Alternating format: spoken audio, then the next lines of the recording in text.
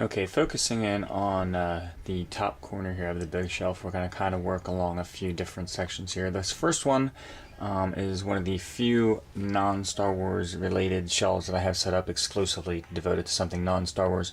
And of course it is Indiana Jones. The large figure there, that is the centerpiece for it, came from Disney MGM Studios down in Florida, from the Indiana Jones attraction there. It was an exclusive figure to that. And the little hat there is an antenna topper, which also came from MGM Studios, which I thought was kind of cute. The comic book there is the first in the series for Indiana Jones from Marvel Comics way back in the day. They did his own little solo series there. That is the first issue, and I put that there because I thought the cover was very similar, obviously, to the pose of the action figure itself. The map in the background is part of the packaging from the box there. It just seemed to fit in with Indy being a world traveler. And then here on the side, I just added in the 3 novels that I have, which are the original paperbacks for Raiders and Temple of Doom, and then a paperback for the making of Raiders of the Lost Ark. They're all kind of beat up, not very good shape, but I keep them from sentimental value, if nothing else. And then the newest edition, which I included in another blog, but I just got this from my buddy Darth T-Bone. He got it for me from the San Diego Comic-Con, is the Indiana Jones 4 promotional coin here, which is just a very cool little promo item, and of course I had to add it to the Indiana Jones tribute shelf. This next square over features another little tribute shelf, and this, of course, the infamous Anakin / Darth Vader versus Obi-Wan from Episode 3 battle, and you'll see several variants of it here. Of course, in the foreground, these are the 2 Target exclusive Anakin and Obi-Wan figures that came with the little lava stands, and they were exclusive to Targets. And then there in the middle, the larger ones are obviously the Unleashed figures, which are very, very similar, larger versions there.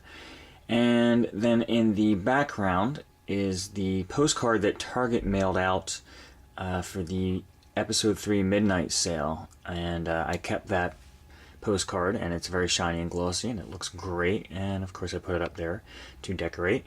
The key card there on the wall is again Anakin versus Obi-Wan. That is from Celebration 3. That is the hotel key card, one of them that they were giving out, that I kept as a souvenir, and that of course fits in perfectly in this little tribute shelf as well. The little card backs here, just against the wall, these are the card backs from the action figures, and I threw out the plastic packaging when I opened them, but I kept the card backs because I thought the images were cool and just, displayed very nicely in that setup there. Working over yet another shelf, this one features several more items, including more Unleashed.